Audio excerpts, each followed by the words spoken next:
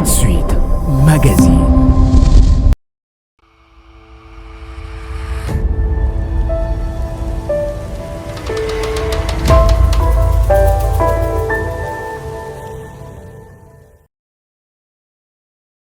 Les différents problèmes que l'on retrouve dans la ville-province de Kinshasa ne laissent personne indifférent. Nous avons parfois du mal à dormir, parfois du mal à se promener ou parfois du mal à passer la journée parce que les maux sont nombreux. Aujourd'hui, il y a une responsabilité qu'il faudrait relever, c'est la responsabilité de l'Office de voirie et drainage. Par-ci par-là, il y a des nids de poules, par-ci par-là, il y a des trous, par-ci par-là, il y a beaucoup de difficultés, surtout pour les conducteurs et les usagers de la route. Pour en parler, nous avons réussi à faire venir un analyste politique. Il est président d'une structure qui conscientise la masse. Lui, c'est Fierté Dinanga. Fierté, bonjour et bienvenue. Bonjour, merci, Joe Ilonga. Très heureux de te retrouver aujourd'hui.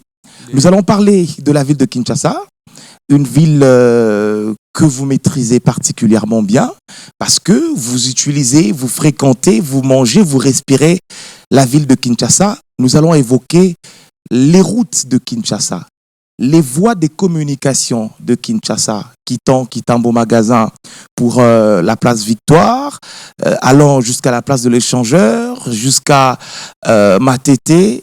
Le résultat où les constats sont alarmants. Quand vous sortez de chez vous le matin, vous voyez l'état dans lequel se trouvent les routes de la ville de Kinshasa. Qu'est-ce que vous vous dites, quittant la maison jusqu'au bureau? Merci beaucoup, Joe Ilonga, de la question. Elle est très pertinente, mais on devrait naturellement la prendre dans son sens le plus transversal, parce que toutes ces situations qui concernent les routes, c'est une question nationale.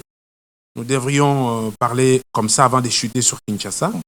Je rappelle que le président de la République, Antoine Félix Tshisekedi, a trouvé l'état des délabrements de routes très, très avancé ici en République démocratique du Congo. Donc, 85% des routes qui sont impraticables, vraiment dégradées. Et ça donnait une tonus ou du fil à retordre sur l'OVD et la technicité de cette entreprise, aussi les orientations du président de la République pour pouvoir gréver l'abcès afin de remonter la pente de ces routes qui sont délabrées pour donner quand même une forme sur ces routes afin de permettre que le Congolais puisse y circuler librement. Alors la sommation sur l'aspect national, il y a eu 500 km de routes qui sont réalisées par l'OVD sur le plan national. En combien d'années? Ça, c'est une très grande question. En combien d'années? Il faudrait spécifier que les 5 premières années du chef de l'État ont été troubles sur la question des coalitions politiques, FCC Cash. En 2 ans et demi seulement, il y a eu 5000 kilomètres de routes construits sur la République démocratique, l'étendue de la République. Et cela réparti en province. 500 km de route, je veux dire 500 km répartis en province.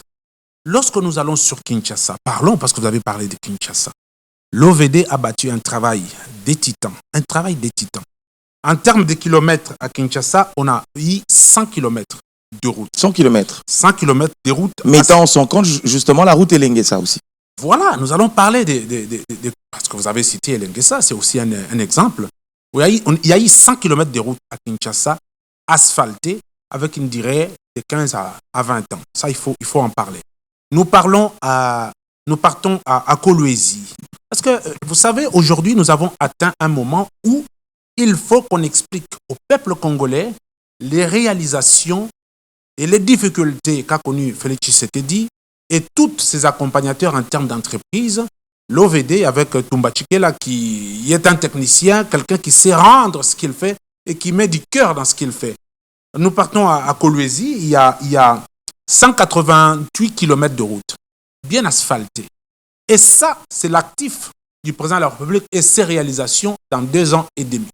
Après, bien évidemment, c'est cette rupture de la coalition politique FCC Cash Et lorsque nous partons au Katanga, il y a 180 km de route construite, bien asphaltée et praticable. Ça, il faut le dire.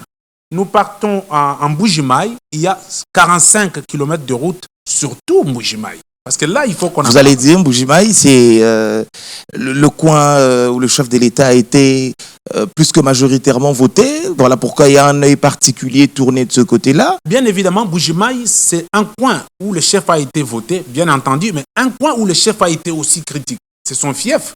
Mais les gens disaient que le chef de l'État, depuis qu'il est président de la République, Mbuji-Mayi n'a pas bénéficié d'une touche technique pour pouvoir remonter la pente. On vous accuse, vous du pouvoir, disant que du fait que vous êtes aux côtés du chef, vous vous croyez tout permis. Plusieurs projets de développement ont été, l'argent alloué à ces projets ont été volés pour Mbuji-Mayi, particulièrement Mbuji-Mayi, mais essentiellement les Kasaï, que ce soit oriental ou occidental. Vous avez raison sur cette question. Il faut dire que toutes les personnes qui n'ont pas accompagné le président de la République sous ces termes-là ne méritent plus sa confiance, ni la crédibilité du peuple congolais. Le Congolais souffre. Quand le chef de l'État, dans ses manœuvres, sort des fonds pour pouvoir allouer au service de transformation des villes, et vous vous mettez à détourner, vous êtes non grata, vous n'êtes pas crédible. Donc, ça veut dire que ce genre de personnes ne peuvent pas faire débat. Et ces gens ont rendu même la tâche difficile aux entreprises comme l'OVD, ou quand ils se mettent à produire, ces hommes politiques viennent avec les faibles moyens qui ne sont pas sortis du trésor. Qu'est-ce que l'OVD a fait à Mbuji-Mayi avant de rentrer spécifiquement dans le cas de Kinshasa? En Mbuji-Mayi, je vais vous dire qu'il y a 45 km de routes qui sont asphaltées. Et à côté de cet asphaltage, il y a les érosions. La ville de Mbuji-Mayi avait été coupée en morceaux par des érosions. Et c'était des érosions qui d'autres avaient 50 mètres de fond. 50 mètres de fond, 40 mètres de fond, et qui ont coupé la ville de Mbuji-Mayi. Et ça, il faut le signifier que l'OVD a travaillé efficacement dans toute l'étendue de la République et en Mbuji-Mayi sur 20 grandes érosions. Et ces 20 grandes érosions qui sont connues, même ici à Kinshasa, on en cite aussi, qui ont vraiment dérangé la ville. Et les routes étaient coupées. L'OVD a travaillé sur ces érosions 20 qui sont calmées, sur lesquelles il y a les routes qui passent. C'est une technicité. Lorsque nous quittons Mbuji-Mayi, on part à Kananga, il y a 6 km de routes asphaltées qui se construisent et à bon escient d'une technicité à une garantie de vie de 15 à 20 ans. Ça, avant de rentrer à Kinshasa, quand même, permettez-moi, puisque vous avez brossé un tableau assez rose des différentes réalisations de l'Office de voirie et drainage, OVD en sigle, mais quelqu'un me renseigne que la grande province du Sankourou n'a pas 10 km de routes asphaltées. Qu'est-ce qui se passe? Avant d'arriver au Sankourou, nous rentrons à Miabi, où il y a 6 km de route aussi. Nous partons en Ituri, où il y a 20 km de route aussi construites, bien fréquentables, et les gens y passent avec dignité, avec fierté. À côté de ça, nous partons à Isiro aussi. Il y a 20 km de route en terre battue. Parce qu'aujourd'hui, il faut signifier que lorsque l'argent a été alloué pour la construction de ces routes, il y a spécifiquement les routes qu'on devrait créer. Voilà pourquoi il y a eu des routes en terre battue et d'autres qui sont asphaltées. Et dans la projection, les travaux se font. Nous quittons Ituri, on rentre à la province que vous avez... Du Sankourou. Du Sankourou. On nous dit même pas 10 km de route asphaltée. Qu'est-ce qui se passe de ce côté-là? Attention, le chef de l'État y était. Et il a fait un discours patent. Et ce discours qui a pondu les PDL, le projet de développement de 145 territoires à la base. Il faut le dire, aujourd'hui, ce projet a pour mission de pouvoir développer les pays à la base, mais aussi travailler sur les psychiques, dont la mission du GAEM, Groupe d'action pour l'éducation des masses. Nous devons d'abord éduquer les gens sur les protections de ces routes et sur la prise de conscience quand il y a des fonds alloués, que ces gens l'orientent dans la voie qui va pour le développement. Mais il faut dire que parce que c'est un processus, on a cité Ituri, on a cité Miabi, on a cité Kananga, et aussi Sankourou est dans la projection.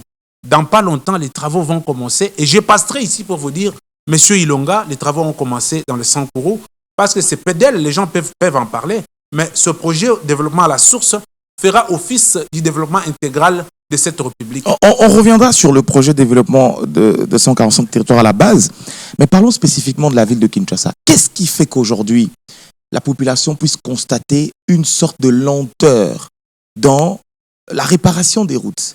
Il y a des petits trous, quand ça commence, les usagers de la route savent détecter que là, il y a un problème. Mais pourquoi l'OVD n'intervient pas directement? Est-ce un problème de moyens? Est-ce un problème d'hommes? Est-ce un problème de manque d'information? Qu'est-ce qui se passe? Parce qu'il y a certaines routes aujourd'hui à Kinshasa qui sont impraticables. Mais ça a commencé par un petit trou que l'OVD pouvait rapidement dépanner. Mais qu'est-ce qui fait que l'OVD puisse tarder dans ses actions? Merci Joe Ilonga de cette question. Je pense qu'aujourd'hui, il faut qu'on éclaire la lanterne de ceux qui nous suivent. Je suis personnellement accompagnateur de l'institution président de la République. J'ai dit, j'accompagne Félix Tshisekedi en tant qu'institution. Quand il pose les actes de contribution à l'avancement de la République, j'ai mon œil de communicologue pour pouvoir apporter une communication publique qui va faire que le Congolais comprenne et accompagne ses actions. Parlons de la ville de Kinshasa. Ça, il faut l'expliquer scientifiquement pour que les gens comprennent. Il y a eu cette façon de dire, on a dit Kinshasa, zéro trou. Zéro trou. Voilà, il faut qu'on en parle. C'était tout un programme d'ailleurs. Un programme Kinshasa zéro trou. Oui, c'est vrai. Alors techniquement, les gens doivent comprendre qu'il y a 4 sortes de construction de routes. Il y a la construction dans une sphère où les routes n'ont pas existé. Où on crée les routes. Vous créez des routes. Vous créez les routes. Il y a la réhabilitation totale. Une route qui a déjà existé, mais qui est dans un état de délabrement très avancé. Il y a la réhabilitation partielle. Et il y a la réhabilitation, on appelait pont à temps. Pont à temps. Donc, ces 4 formes de construction de routes nécessitent une certaine technicité, mais aussi un accompagnement physique, mental et aussi financier. C'est là où il y a un problème qui se pose, Joe Ilonga. Lorsqu'on parle de Kinshasa, zéro trou, les Congolais qui sortent de chez eux, qui trouvent l'OVD en train de boucher les trous, ils se disent, oui, l'OVD est en train de travailler Kinshasa sans trou, zéro trou. Mais alors, lorsque vous travaillez sur un tronçon, ça c'est un exemple que je donne, un tronçon de 100 mètres, par exemple, les 10 premiers mètres ont de trous. Les 10 derniers mètres ont de trous. À l'interne, les 80 mètres n'ont pas de trous. Et ce travail de zéro trou est axé sur le temps. On bouche le trou sur les 10 mètres d'avant et les 10 mètres d'après. Les 80 mètres restent dans la praticabilité. Son état de vétusté est un peu avancé. Et les gens qui ont vu l'OVD travailler sur les zéro trous, lorsqu'ils voient des trous se créer sur les 80, cet espace de 80 mètres milieu, qui n'avait pas été touché, qui n'avait pas... D'ailleurs, dans l'optique de l'OVD, il y a une proposition de pouvoir reconstruire cette route. Réhabiliter, voulais-je dire. Mais comme l'argent n'est pas sorti à ce terme-là, l'OVD lance ce programme Kinshasa zéro trou. Vous trouvez qu'on a bouché les 10 et les 10 mètres d'après, vous dites que l'OVD a fait quelque chose. Mais quelques temps après, vous voyez les 80 mètres dont le trou commence à s'écrire. D'où la fameuse phrase Saligarasi Koyo. Voilà, ça c'est très technique. Donc, un Congolais qui n'a pas compris cette science-là, il va dire l'OVD n'a rien fait. Saligarasi Koyo, regardez, maintenant il y a encore des trous. Or que dans la technicité, il y a cette proposition pour réhabiliter. Mais quand les fonds du Trésor sont mobilisés pour boucher les trous, ce n'est pas le problème de l'OVD. L'OVD fait, il faut juger l'OVD sur les trous que vous aviez vu qu'il a bouché. Revenez avec ce travail de laboratoire, ce contrôle de laboratoire, pour pouvoir vérifier est-ce que les trous qui avaient été bouchés sont délabrés ou sont bouchés. Donc ça, c'est une question purement technique. Donc l'OVD souffre aussi d'un problème de liquidité, de sortie de manière assez expressive des moyens, des fonds publics pour mettre à sa disposition et pouvoir fonctionner. Bien évidemment, l'OVD souffre et aujourd'hui, j'apprécie beaucoup le président de la République parce qu'il a voulu mettre l'homme au centre de son action. Mais quel est cet homme-là? C'est l'homme qui produit, l'homme force de proposition, dont le DG de l'OVD, qui reste un technicien et quelqu'un qui est une force de proposition. Il y a des gourous, des puissants politiques qui viennent auprès du chef de l'État. Des intouchables qui veulent prendre des projets liés au fonctionnement des entreprises pour les privatiser et faire ça sien et aussi chercher à conduire les entreprises qui existent sous la couverture des ministères. Et aujourd'hui, le chef de l'État a compris tout ça. Voilà pourquoi, surtout dans la ville-province de Kinshasa, dans la ville de Mbuji-Mayi, en Ituri et toutes les provinces que j'ai citées tout à l'heure, il y a des travaux qui se font d'une manière pérenne pour pouvoir répondre tant soit peu à cet exercice-là. Alors, pour finir avec cette histoire de Kinshasa, zéro trou, il faudrait juger par ce contrôle des laboratoires les travaux qui sont faits pour boucher les trous. Il faudrait spécifier, parce qu'on avait parlé de Kinshasa, il y a des coins à Kinshasa où, je parle de Kasavubu, où on a construit des routes à autant de kilomètres de béton. Et ces routes-là ont une durée de 10 à 15 ans. Parlons, parce qu'il faut Est-ce que même cette question de la durée de route est respectée? Est-ce qu'on peut se réveiller un matin, on nous dit, voilà, cette route que vous voyez être dans un état correct, la technique, les techniciens, les spécialistes de l'OVD disent qu'on doit impérativement casser pour pouvoir proposer une autre façon de faire parce que la technologie évolue, autant les méthodes de construction également évoluent. Bien évidemment, je pense qu'aujourd'hui, la technicité de cette entreprise, avec M. Toumba Tchikela, qui travaille, vous savez, dans la construction de routes, il y a la demande et l'offre. Et quand la demande l'offre ne répond pas à la demande. Voilà pourquoi vous pouvez voir qu'il y a les bitimages d'autres routes qui ne répondent pas dans la durée parce que les fonds ne sont pas alloués d'une manière Cherchons à soulager tant soit peu la population. Voilà. On dit, bon, on fait quand même. Je vous donne l'exemple de la route poids lourd par les Libanais, les Japonais. Ça dit que cette route avait été construite avec une âme forte, avec une demande et l'offre qui a répondu. Voilà, on a une route qui paie. C'est l'une des plus belles routes que nous avons à Kinshasa présentement. Voilà. La route des poids lourds. Mais oui, c'est l'une des très belles routes, mais voilà la similarité avec l'OVD. Il y a la route Bangala à Kitambo, Kasavubu vers la banque... la banque de sang. Vers BCA. Très bien. Voilà. Ces routes-là sont construites à près de 350 km de béton. C'est aussi l'offre qui a répondu à la demande. C'est-à-dire, quand on met peu de moyens à la disposition de l'OVD, vous n'aurez pas de route de qualité. Non, vous n'aurez pas les routes de qualité, mais vous n'aurez pas la qualité demandée. Parce que l'OVD, dans la mission de pouvoir servir le peuple, travailler pour que les véhicules roulent bien, que les paisibles citoyens fonctionnent, ils peuvent répondre. Mais ils ont un cahier de charges qui répond aux tâches demandées. Si ce cahier de charges ne corrobore pas avec l'offre, et cela que vous voyez, les gens titubés ou donner des langages qui ne corroborent pas avec cette faisabilité. Mais notre travail en tant que communicologue, en tant que pédagogue, nous avons cette mission d'expliquer au peuple, aux paisibles citoyens, de comprendre qu'il faut apporter des jugements sur des données qui sont complètes. Il ne faut pas faire des doutes sceptiques. Il faut être purement méthodique. Parce que lorsque nous regardons ce qui s'est fait dans toutes les provinces, comme j'ai cité ici, il y a des provinces où il y avait des érosions on ne peut pas s'en douter. Et l'OVD demande au président de la République le don des engins. Ça, il faut en parler aussi et faire un coucou au président de la République, le premier citoyen et les meilleurs d'entre nous. Le président de la République axe ses activités sur les temps et avec obligation de résultat. Il y a eu 5000 engins qui sont offerts à l'OCC et à l'Office de route, à l'OVD et à l'OCC, pour pouvoir accompagner la politique du président de la République. Et il y a aussi des engins qui sont en prélude, dans pas longtemps, qui seront à Kinshasa, pour lutter contre les montées des eaux. Très bien. Parce que ça aussi, c'est un problème. Kinshasa fait face aux montées des eaux. Bientôt, ça sera la saison pluvieuse.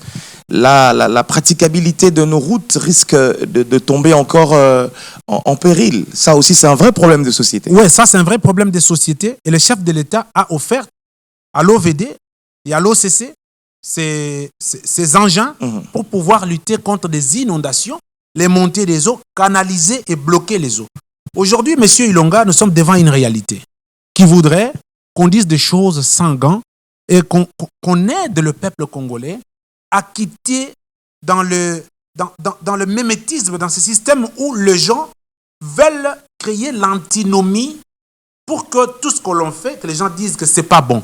Oui, bien sûr, mais les Congolais doivent être une force de proposition, mais aussi accompagner ce qui est fait pour la République. Ferté Dinanga, accompagner ce qui est fait pour la République, autant de projets, autant d'idées, autant de propositions, autant de vouloir. Mais on ne peut jamais, alors au grand jamais, bénéficier d'un travail de qualité tant que les conditions de travail des agents et cadres de l'OVD ne sont pas mises au premier plan. Parce que ventre affamé n'a point d'oreille, quelqu'un qui n'a pas bien mangé ne produit pas un travail de qualité. Qu'en est-il de la situation, les conditions même de travail et les conditions de vie des agents et cadres actuellement sous le leadership du nouveau DG de l'OVD? Je pense que ça, c'est une question qu'il faut... Vous êtes journaliste d'investigation. Je vous promets, à travers cette émission, que je vais vous amener voir M. Toumba Tchikela, discuter avec lui. C'est un monsieur très ouvert qui va discuter, il va vous donner des données chiffrées. Depuis son avènement, en tout cas, parmi ces chevaux de bataille, il y a aussi l'amélioration des conditions de vie et des conditions de travail. Il a répondu automatiquement à la vision du chef de l'État de pouvoir responsabiliser l'homme et le respecter. Respecter cet homme, c'est lui mettre dans de très bonnes conditions. Aujourd'hui, à l'OVD, on peut tout dire.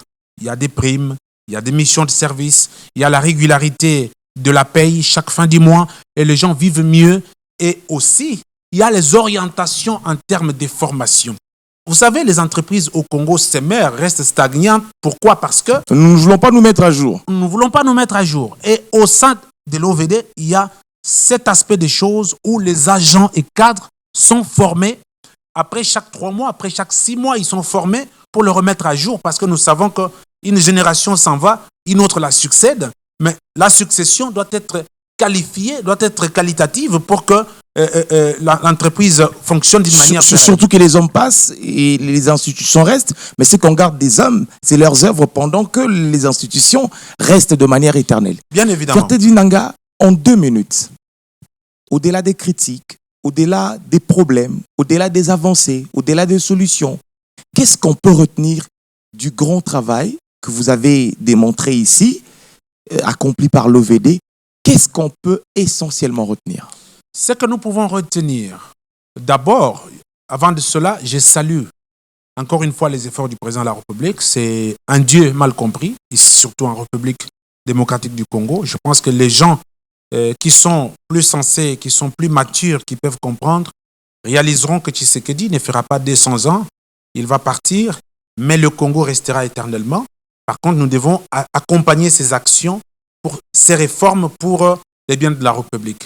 Et en ce qui concerne l'OVD, ce que les gens doivent retenir, c'est que cette entreprise a un technicien qui travaille pour le bien-être de sa sphère et du peuple congolais et que la politique ne doit pas tenir cette entreprise en état.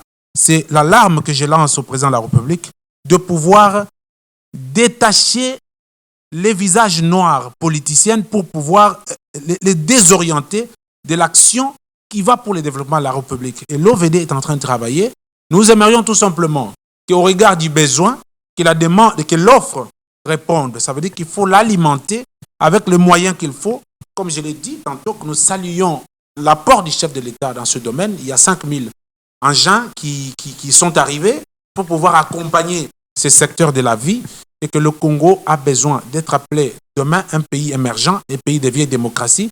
C'est par la durabilité des infrastructures, le contrôle et aussi l'orientation de ceux qui travaillent et l'encadrement en même temps des personnes qui portent leur pierre à l'édifice. Il faudrait ici signaler que c'est vrai, être Congolais en est une chose, mais être contributeur en est une autre. Il y a des Congolais ici qui se sont érigés en force négative pour pouvoir combattre même les développements que l'on peut constater.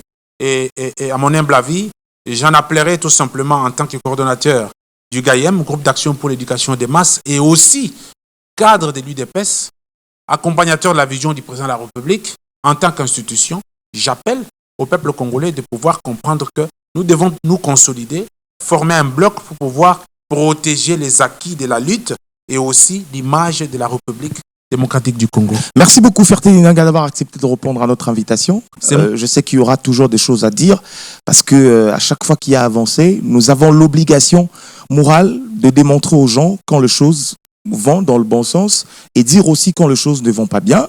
Aujourd'hui, on a eu un projecteur sur l'OVD, l'Office de voirie et drainage. Merci beaucoup pour les chiffres, pour les données et surtout pour l'information pour éviter les spéculations. C'est moi qui vous remercie, mais il faudrait savoir que le monde s'émeurt si les bonnes personnes se taisent. Et nous serons là pour donner la file aux bonnes personnes de pouvoir accompagner le développement de la République. À vous, chers téléspectateurs, nous vous disons un grand merci. Merci de continuer à regarder nos programmes. Le prochain invité, vous le saurez dans les jours à venir. D'ici là, portez-vous bien et bonne suite de programme sur nos antennes. Bye bye.